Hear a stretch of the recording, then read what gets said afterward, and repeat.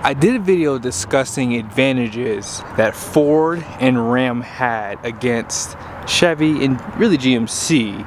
Today, we're going to show the advantages that Ford and Chevy have compared to Ram.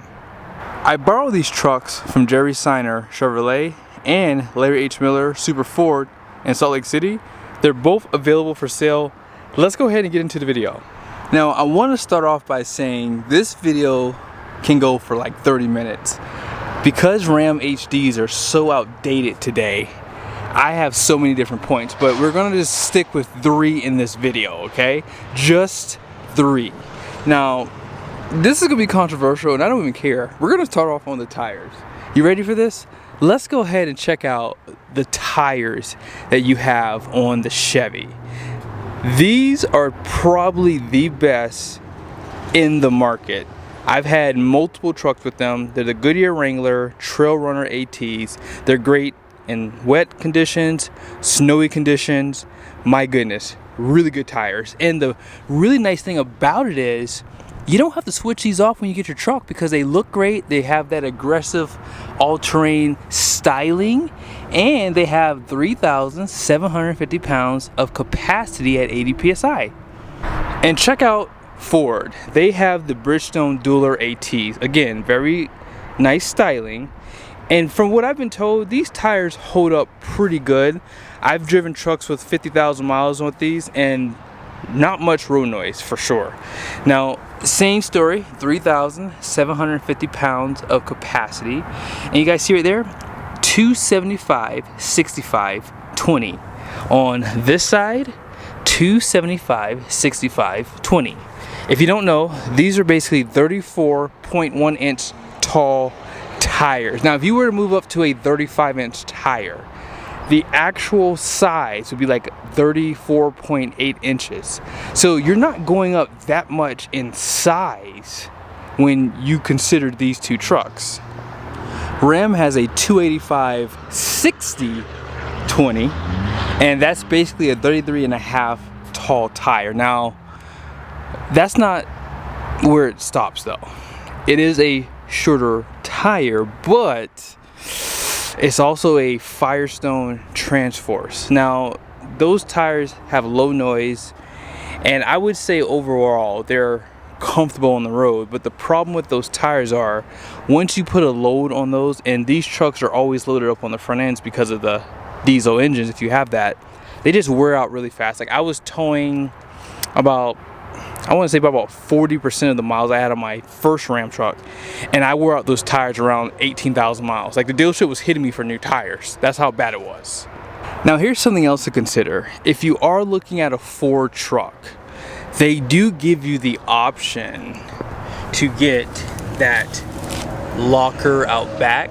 You also have 2 options for axle ratios too. So you can go over to 331 or 355. This truck does have the 355. And yes, you have a electronic locker. All you have to do is jump inside the truck, and you guys will see right there the locker. Now Chevy does it a little different. They have a G80. Now this axle ratio on this truck is a 342. That's the only one you can get. But keep in mind, this axle has an automatic locker. So all you have to do is just put it in full drive, and it locks up automatically for you. If you're considering a Ram, they only have an anti-spin available. And on that same point, let's just go ahead and talk about this next thing. I know that this is not a big deal because sometimes I forget on my GMC I have this, but you do have different drive modes. Now, I did go off-road, and I did notice from going from just normal to off-road, I did notice a slight difference in how the power is being delivered to the wheels. On that Ford, they give you multiple drive modes. So they start off with the eco mode, which is always nice. They have the tow haul, which that Chevy had as well, normal.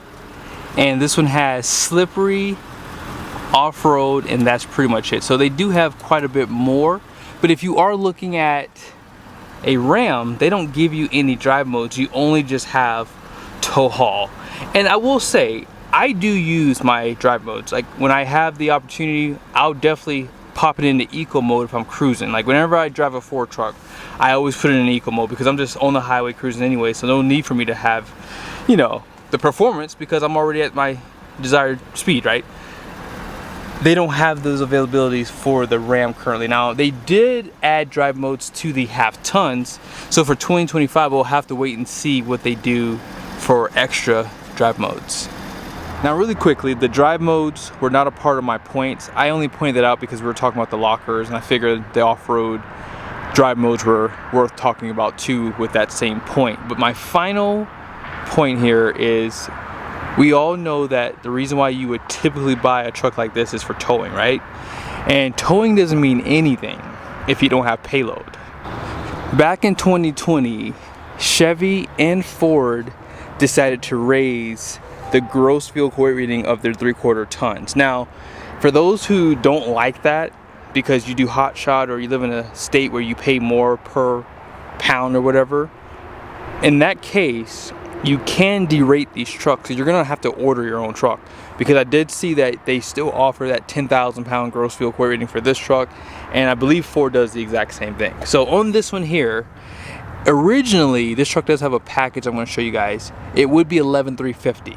Okay, so it's 11,750 because of the max trailering package right there, and that just upgrades the rear axle. The leafs are different, they pretty much match which on the 1 tons. Okay, now with that being said, having that higher gross vehicle weight rating gives you more payload. So if you do want to tow a slightly bigger trailer, especially one, a gooseneck or even a fifth wheel, adding that extra weight from the hitch weight from the trailer, right, that's going to limit how much you can actually tow.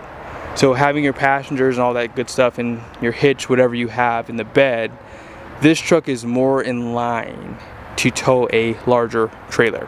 Now, one benefit that Ford gives you on the Super Duty is the aluminum bodies, right? They don't need the higher gross vehicle weight rating. Now, they did raise it from the 10,000 pound standard from 2019 and earlier pickup trucks. So this is a long bed, so it's 11.4. If it was not a long bed, it would be 11,000 pounds for the gross vehicle weight rating. You guys can see right here, 3,148 pounds. Now, this truck does have a max, let's just go look at it real quickly. High capacity trailering package. It comes standard, I think it comes standard with the diesel actually.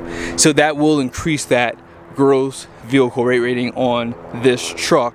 Now, something else to consider too is the axle rating out back is 6,340 pounds and Chevy's is 7,250 pounds.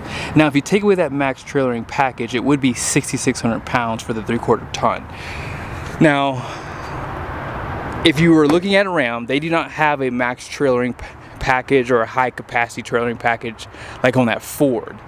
They just have that 10,000 pound gross vehicle weight rating, and that is what limits you from towing more trailer, because if you want to stay within your gross vehicle weight rating or your payload, well, I mean, Rams are going to be like 1,800 pounds, especially if you get a mega cab, limited, high trim, you're going to have probably less than 1,800 pounds. So if you were to take a Chevy and a Ram with a 10,000 pound gross vehicle weight rating on the Ram, and they had the same curb weight, this Chevy would have 1,750 pounds more of payload capacity compared to the Ram. Same thing goes with that Ford.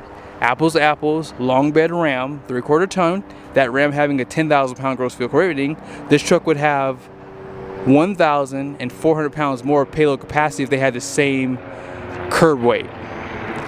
That will pretty much end off the video.